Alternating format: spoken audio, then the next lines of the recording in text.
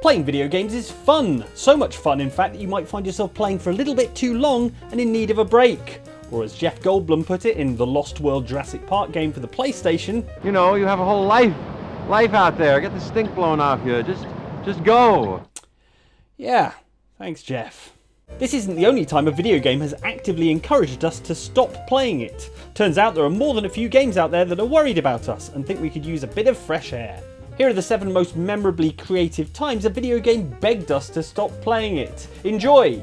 Maybe on a mobile device, outside, so you can get some fresh air in between those marathon gaming sessions.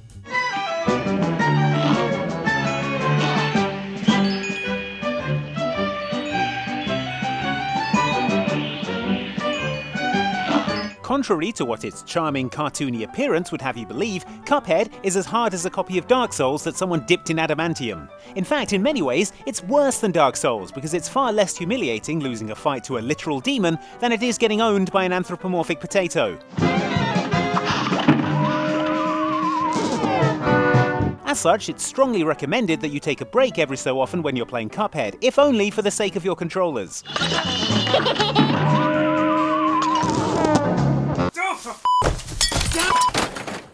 And while the game tells you to take a break in a roundabout way by being punishingly difficult, and your human body tells you to take a break by making all your joints seize up prior to an RSI diagnosis, you can unlock a much more straightforward request from the game to maybe ease up on the old Cuphead by completing a little side quest in Inkwell Isle 2. It's here by the pyramid and the Ferris wheel that you find these 3 anthropomorphic barber poles who are missing the 4th member of their barbershop quartet.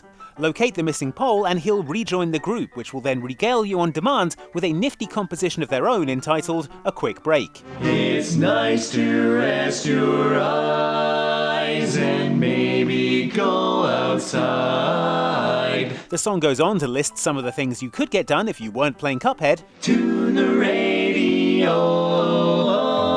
There's chores to do, there's leaves to rake. Strum the old banjo. And some of the hobbies you could cultivate with all that free time. You can practice your Lindy Hop, bum bum bum bum, and maybe later sing with your barbershop. Why not take a little quick break and come back for more? Then come back for more. Or please come back for more. Come back for more? I don't know, Cuphead. Given the choice of practicing my Lindy Hop or getting my ass handed to me again by a giant root vegetable, I know which one I'm choosing.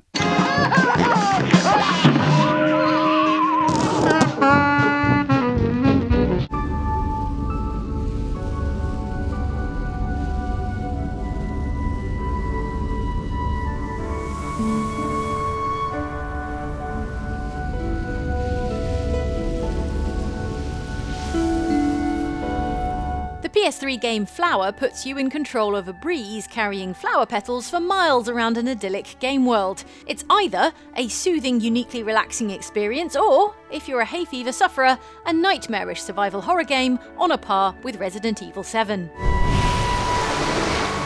I can feel my eyes itching just looking at it. According to its creators, the primary goal of Flower was to generate positive emotions in the player, rather than to be in any way challenging. That's why there's no interface, no high scores, and absolutely no 360 no-scoping. There are things to achieve in the game, with trophies dished out for such milestones as causing 10,000 flowers to bloom or managing to find secret flowers. It's clear, though, that conventional achievements take a backseat to the emotional journey the game takes you on.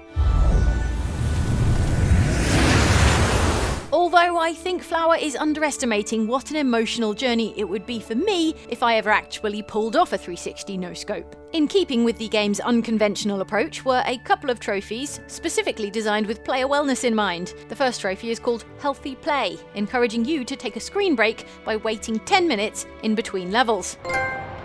Ha! More for you, game. I was staring at my phone that whole 10 minutes. The second trophy is called Welcome Back, and it rewards you for switching the game off for at least a week before playing it again, for an even more protracted 7-day screen break. Guess again, game. I was staring at my phone that whole week. Seriously, someone take this thing off me.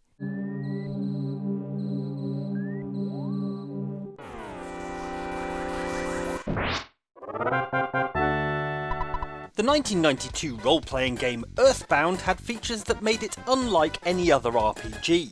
A world that was a parody of modern America, a script rammed with pop culture references, and a character named Pooh.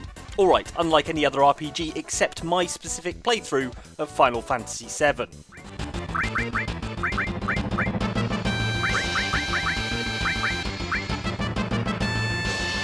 The plot of the game saw 13-year-old player character Ness heading out into the world to protect the Earth from a malevolent alien called Gigas, in one of those situations where presumably everyone older than 13 had something else on. The thing about being a 13-year-old adventurer is that you're going to need a bit of help along the way, which is where Ness's father steps in.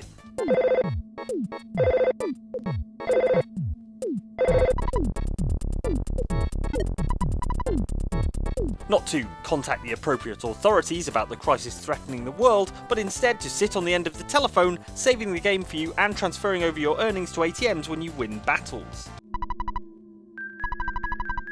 That is some hands-off parenting right there. You literally never meet Ness's dad because he's always at work, so all of your interactions with him are via the phone, to the point where that's how he's represented in the end credits. That's not to say Ness's father is entirely disinterested in the welfare of his son. Play the game for 2 hours solidly without switching off the console, and you'll be interrupted by a phone call from dear old dad telling you to maybe take a break.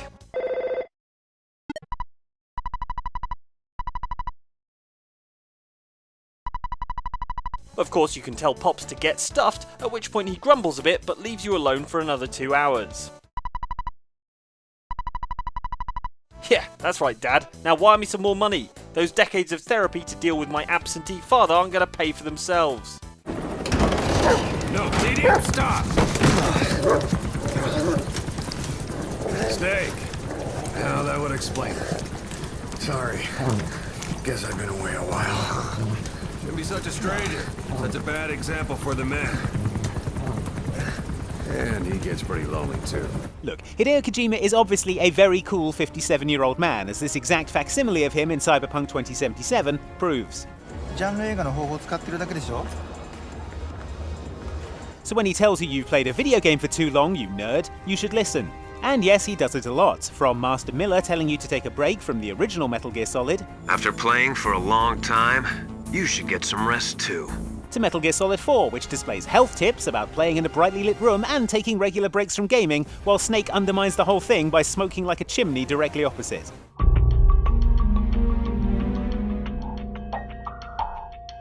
Our favourite example, though, has to be the one found in Metal Gear Solid 5, the Phantom Pain.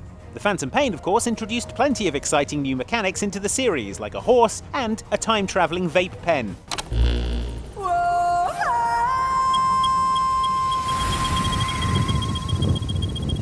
Another such mechanic was the fact that the longer you spent out in the field doing missions, i.e. actually playing the game, the dirtier and stinkier your Snake would become.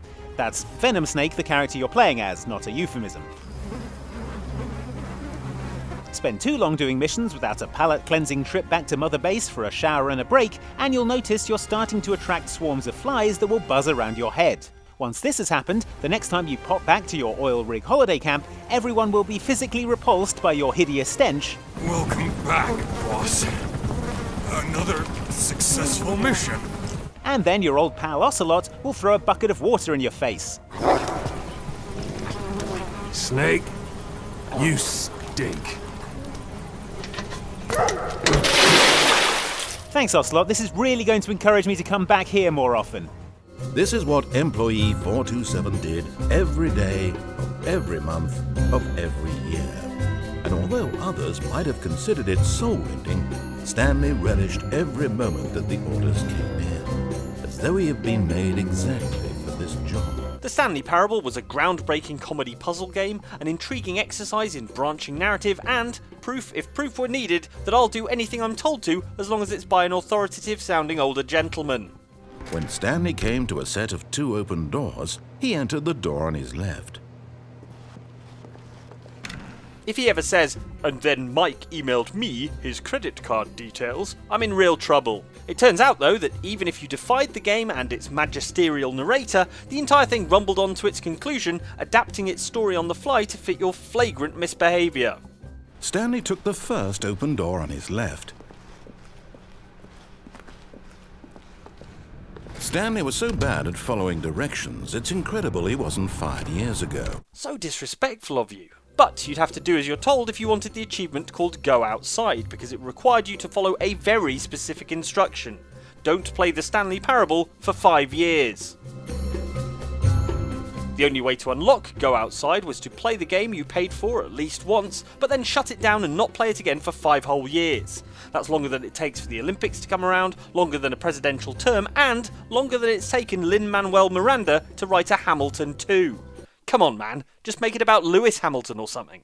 Now the monitors jumped to life, their true nature revealed. If you could resist the urge to play the game, the very first date you could legitimately fire it back up and gain the achievement was October 17th, 2018, which was the 5-year anniversary of the game's release. This was not the correct way to the meeting room, and Stanley knew it perfectly well. Still, ironically, the one thing you don't have to do to get the achievement is to actually go outside, which is how I will set myself apart from the other Stanley Parable players and finally become the narrator's favourite. See you in 5 years.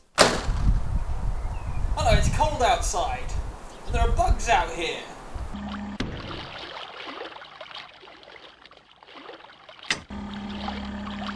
What's up? Pets come in all shapes and sizes. Some are small and cute, others are big and full of energy, and others are weird fish with a man's face and strong opinions about the future of the internet. I think things could get pretty ugly a few decades down the road.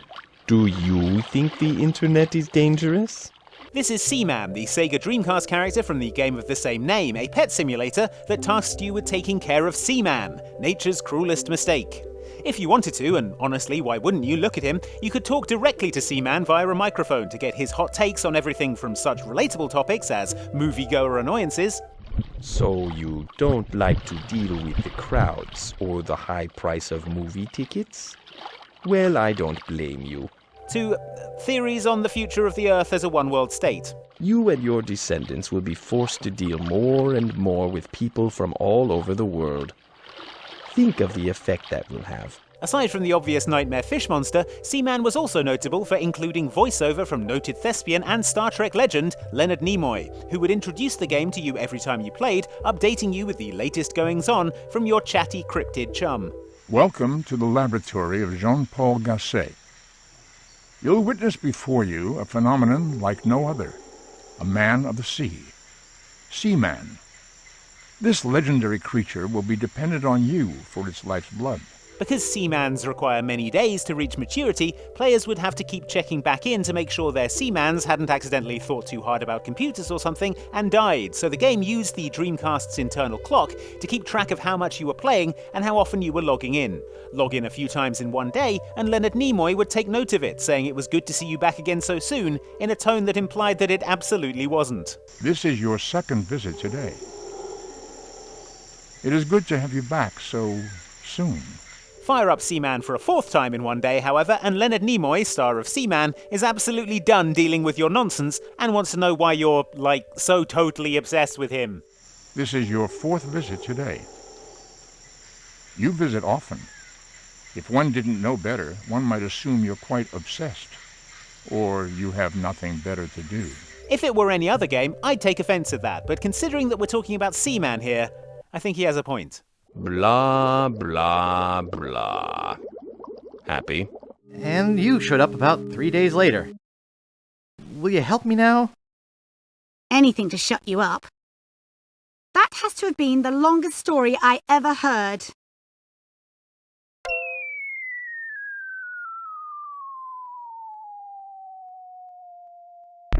Oh dear. Ask any fan of point-and-click adventures and they'll tell you that the less said about the ending of Monkey Island 2, the better.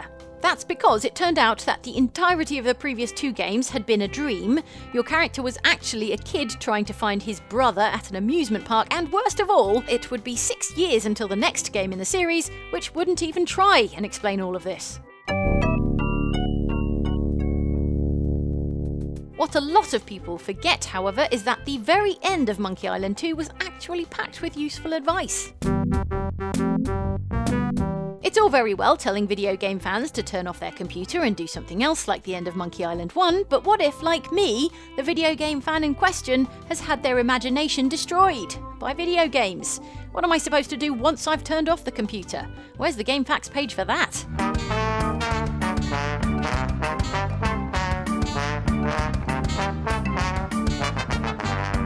Luckily, Monkey Island 2 is here to help, and once the credits have finished rolling, it first tells you to turn off the computer and go do something constructive, and then starts to offer a rolling batch of suggestions to get you started. Some of them are productive, like washing your car, riding a train, or running for president, okay? Others are a bit wackier, like having a yelling contest with your neighbour's dog, which I have to say isn't going to go down well with either my neighbour or the dog. Some suggestions, though, I really don't think I should try without some kind of training, Monkey Island 2, like singing Welsh folk songs at the bank, or wow, brain surgery. Okay, some of these are just straight up crimes, Monkey Island. Who's going to buy the next game if I'm in prison? Not thinking it through.